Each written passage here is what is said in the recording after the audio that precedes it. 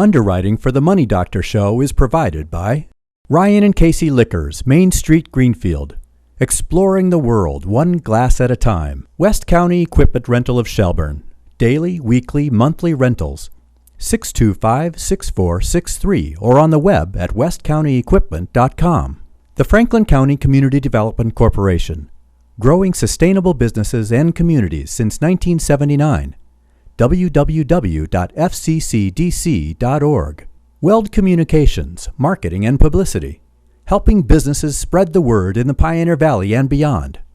www.weldwords.com. There's a better life if I could be debt free, but all my money is a mystery.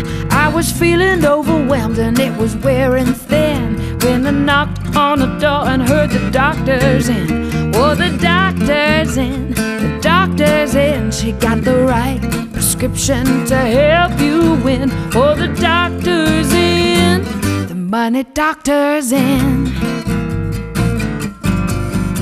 Hello and welcome to the Money Doctor Show. I'm Dr. Frances Rayam, president of Power Down Debt, a positive debt management company. And my guest today is none other than the mayor of Greenfield. Welcome, Mayor Bill Martin, or William Martin to the rest of the world, or Bill, Billy, or Slater. Yeah, I'll answer to a lot.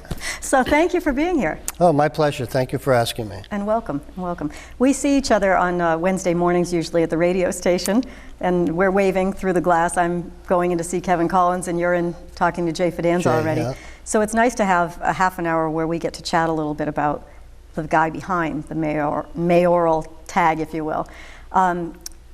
Anybody who knows me knows well that I am pretty much Switzerland when it comes to politics. I try hard to keep my political views to myself, and so when I said, oh, I'm going to have the mayor on the Money Doctor Show, it raised a few eyebrows, of course.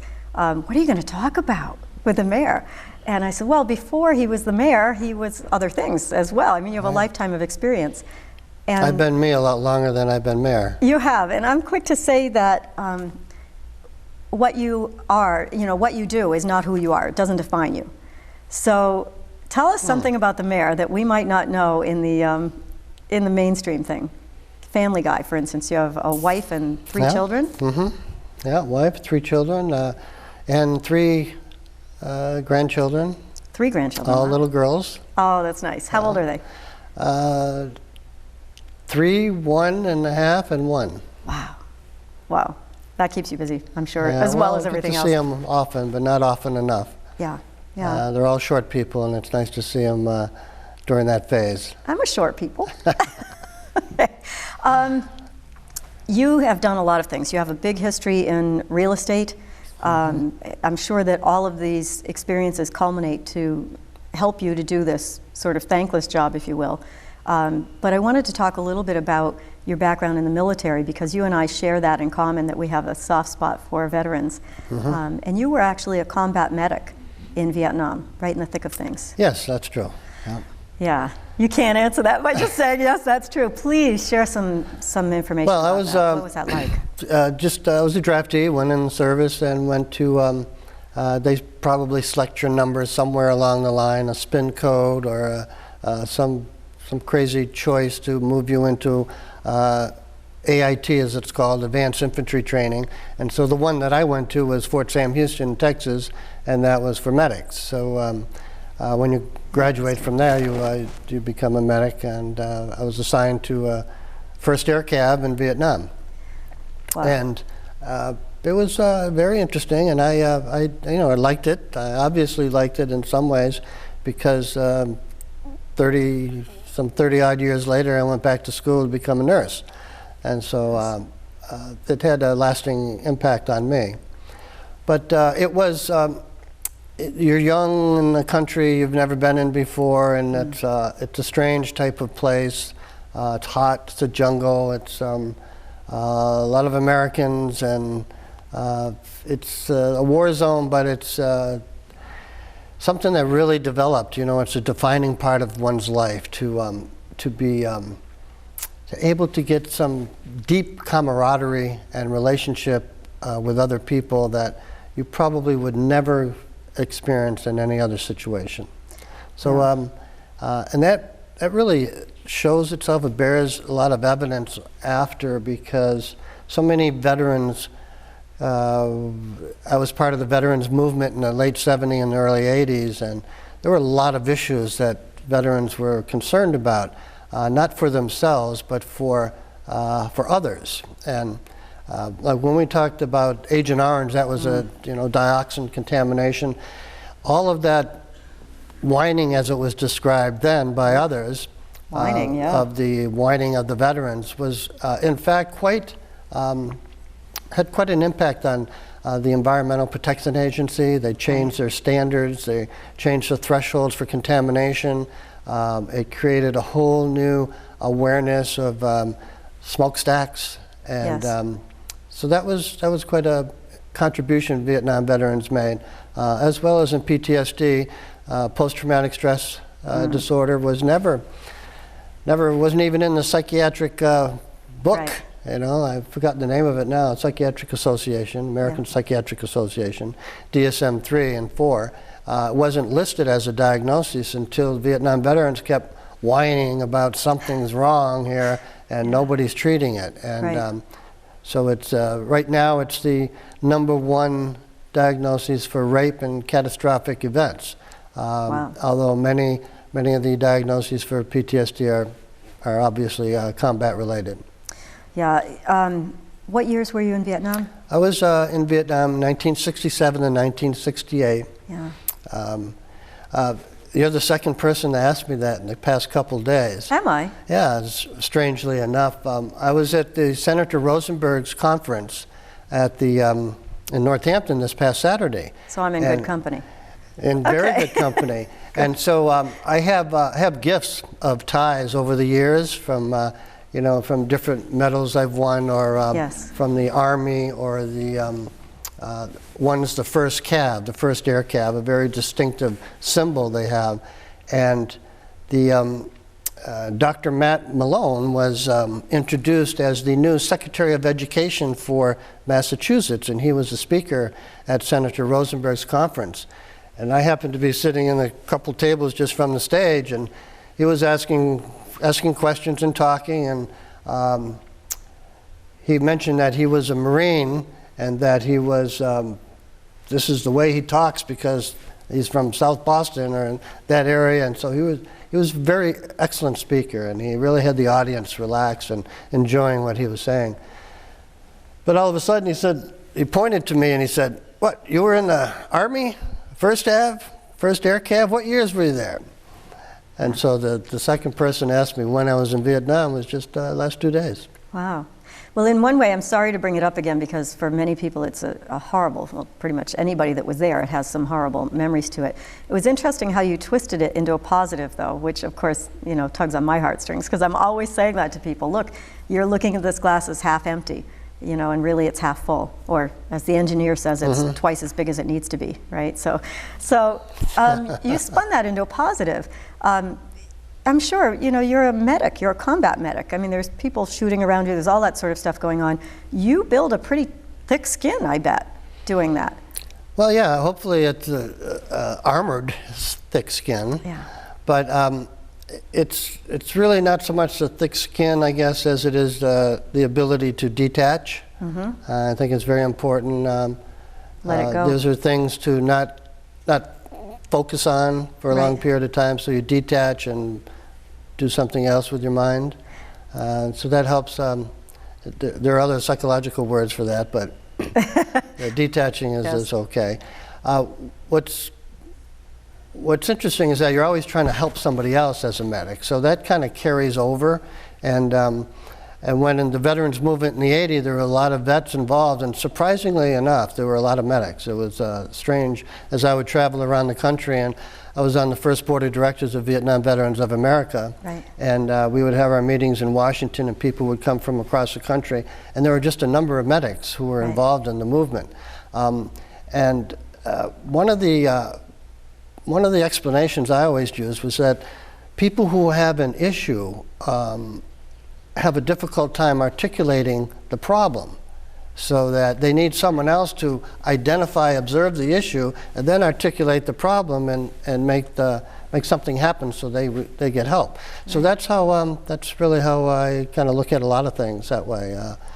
Try to articulate, define the issue, design the solution. Sort of a mediator, right? Mediator? Yeah.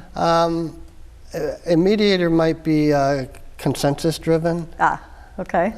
I think I'm more goal-oriented, and I can have the goal and the path shaped. Yes. But I'd rather not be deterred from the goal. You know, it's interesting because I asked a friend at breakfast this morning at the Shady Glen. We were at the Shady Glen, and they said, what are you doing today? And I said, oh, I'm interviewing Mayor Martin. Tell me something about Mayor Martin that maybe people don't know. And he thought for a moment, and he said, it was Rich Coolis, actually, and he said, oh, my classmate, Billy Martin. I told you, everybody says Billy Martin, right? Oh, my classmate, Billy Martin. Well, let's see, he said. His mother's name was Midge, and she was friends with my mother, Margie, and they played bingo together. Yeah. Now, so the second thing he said is incredible focus. He gave me two things that I thought were interesting. He said, Bill Martin is incredibly focused. Even when we played baseball, he was incredibly focused. And you just said it again. You just said, oh, you know, I tend to focus on this, and I'd rather not be deterred. And so you get this sort of linear pattern. You get an idea in your head, and you want to get it done, and you do whatever it is that you need to get that done, which I'm sure is a requirement to be good at being a mayor. Maybe. How do you balance that with? I mean, it's not a monarchy. You don't get to say, I want this, and it's done. How do you do that? How do you use your skills to work with people and get things accomplished that you want to get accomplished? Well, I want to thank Dick for those compliments, and of course, we went to school for many years ago, but we went through a lot of years together. And I know he's retired now, so good luck to you, Dick. Yeah. I think what helps is people are less inclined to offer an opinion if you're just passing through. But if you're on a path and you've explained to people where you're going and you're soliciting input and suggestions and help, then I think people are more inclined to help you along the way and get there. So you develop a team. It's team building, and you share the journey with other people. Right. And everyone gets refocused on something that everyone wants to get to. So I think that's how I do it. It may appear like I'm on my own, but I'm really with a lot of other people's ideas and support. Boy, that's interesting because it doesn't appear to me at all that you're on your own. In fact, it appears to me that you're an incredibly approachable mayor. Rather than being this sort of withdrawn person that's behind a desk and there's a team of people that don't let the public get to you. You're the guy walking down the street, people stop you. I was saying I might not tell this story on camera, but I will just because it was a funny thing that you and I laughed at.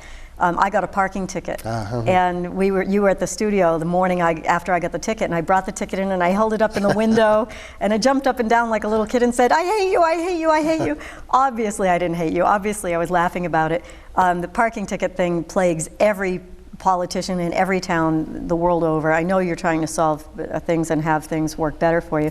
But the point isn't the parking ticket. The point is, I don't even live in Greenfield. I live in Turner's Falls, and I felt totally okay being able to confront you, pleasantly I hope, and say, this is a problem for me. Can you help solve it? And you did, in fact, say to me, you know what, there's a solution. You can do these things to solve your problem. Right there on the spot. So I really appreciated that. Of course, I would love to park free everywhere in Greenfield. It's not the point. Yeah, the point is, you listened to me. You didn't say, sorry, I'm busy, don't, just go away. So, and you've been here your whole life in Greenfield, right? Yeah, born in Greenfield. Just to stay with that thought for a minute, I see the position of mayor as a place that I am just temporarily at, and I think much of my reaction and involvement is really dedicated to that space of mayor. The mayor my vision of a mayor should be doing this. And so it should be open and transparent, be on the streets, answering questions, talk to people. That's what I think a mayor should be. So it's not, it is me, obviously, but again, it's easy to detach. So I detach and say, mayor has to do this, that type of thing. Just getting back to Shady Glen, if we could. my uncle used to own the restaurant in the 60s, and it was called Richard's Drive-In. No kidding. Yes, I didn't know and that. I used to work there. And so I know, I was the main dishwasher and stock boy. And, How old were you? let's see, 16, 15. Okay. Yep. And helping out. It was probably a bargain. I can't remember what it was, but it was like 40, 50 hours a week from Friday to Sunday, That's a bargain. Yeah. And so he would teach me short order cooking and working at the counter, which is how that particular restaurant is set up. Yes. And because you have a lot of interaction with the people. Yeah, that's and my so, favorite thing about the restaurant. Yeah. Right. And so that's why just come in and out of that interaction with people, and just what about the sports or the game or what happened yesterday or an accident. You just have this kind of just a common quick, bond. quick answers, questions, and Oh, I see. like a challenge of socializing. It's like a little game show. Yeah. So Thank it's you funny for you mentioned Dick Coulis was over there. He's been going there for years, as was his mother and father. Yes. As my mother used to work over there too. So, Did she? So, Midge. Midge. Midge. Do you think Midge would be proud of everything you've done? Midge was very political in her way. She had, she and I did a project together for a long time. Marjorie Elizabeth as her name, and her mother was Elizabeth. And because of an experience I had with my grandmother, her mother, just after Vietnam, I started a place called the Elizabeth Home. And Yes. it was supportive housing built on a congregate model for older people. And this is our 41st year. But the first 26 years, my mother was handling the business of running the home, and she loved it. So. What do you do with that? I don't know that I'm asking you the right way, but what do you do with real estate and things that are going on in your regular life when you become the mayor? There has to be things that you have to change. Yeah, you can't have, when you're mayor, the charter calls for no involvement or ownership or salary from any other place, Right.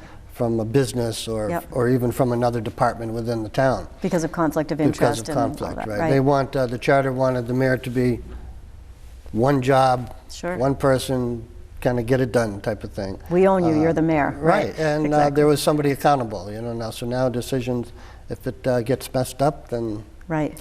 we know who did it. So you've had to shift all of that sort of thing. Yeah, my sisters and my son have been running the Elizabeth Home for the past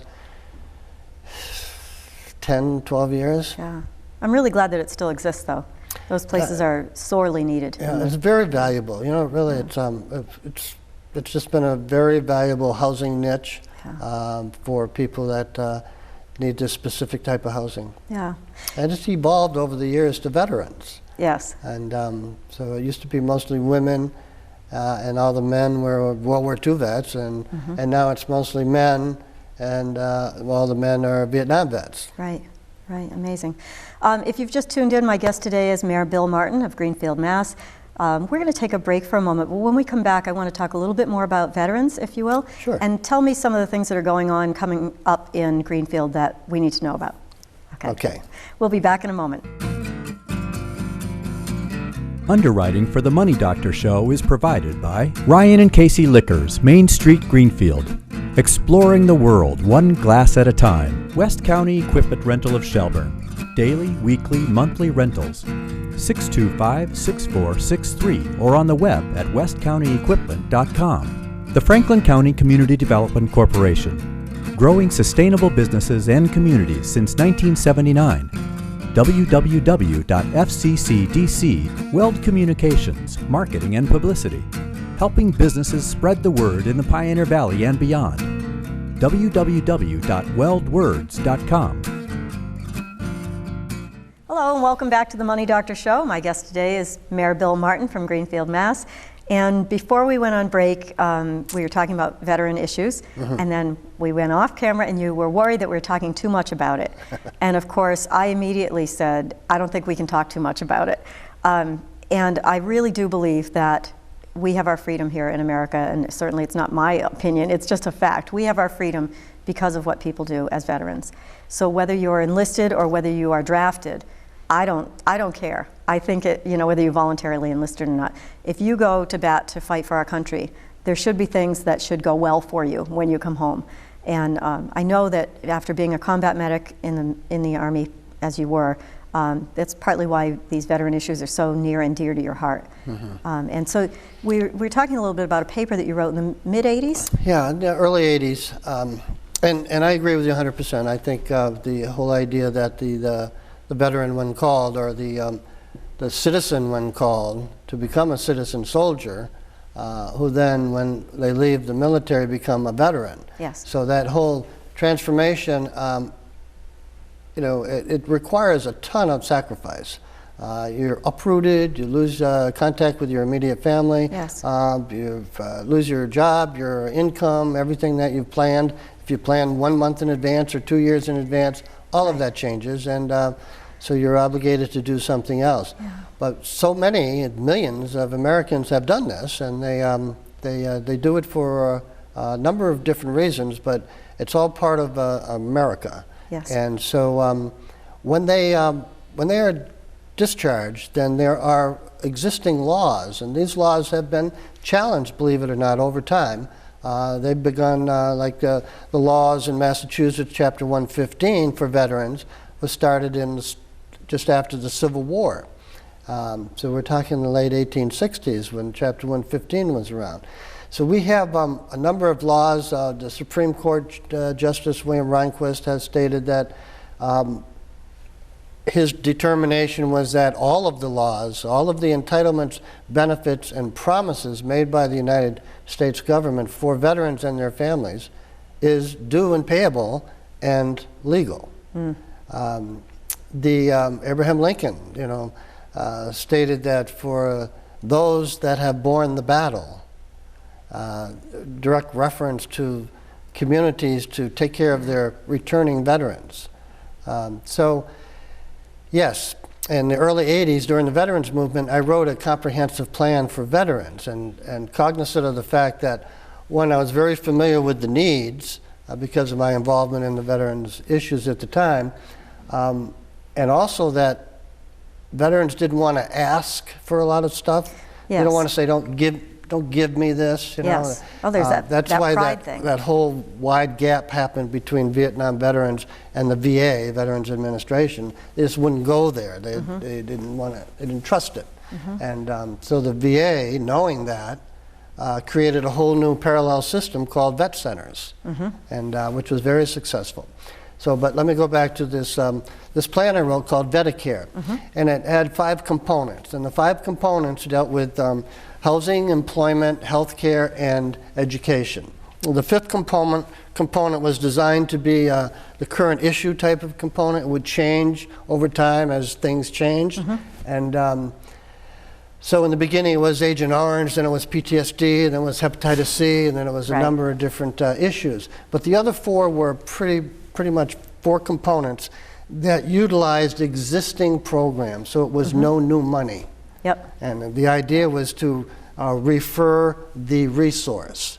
And so if somebody came into one central place, you would then have information you needed for your particular issue of the day at that time, and you would be able to go directly to the place where that solution could be found. Yes. You have such a strong background in finance, too, that I always smile when you say things like that, like, you know, you're taking money from one place and you're using it for the good in another place. I just love that sort of recycling of funds. Well, we did. When I was first elected mayor, we opened up the Veterans Resource and Referral Center on Main Street in Greenfield. Yep. But in 1983, was it 83? 82, may have been 82. We opened up the first resource and referral center in Massachusetts. That was the beginning of what's called the state vet centers. Yep. On Federal Street, across from what was Bill's Restaurant, in a building that is now torn down. And we cut the ribbon that day. I was president of the Massachusetts State Council of Vietnam Veterans of America after having started the first one in Greenfield and spread out and started about 8 others across Massachusetts, mostly in senatorial districts for a particular reason. But the man who came here to cut the ribbon that day was Lieutenant Governor John Kerry. Ah. And so he was here in Greenfield in the 82-83 cutting the ribbon for the first Resource and Referral Center. And he, of course, is a Vietnam vet and now the Secretary of State. Right, pretty cool. Pretty cool. And so we've brought it forward again. It's been very successful on Main Street in Greenfield in the present time. And hopefully we will be able to entice other towns to join us at a less than they're paying now for the Chapter 115 requirements, but have a central headquarters for the county.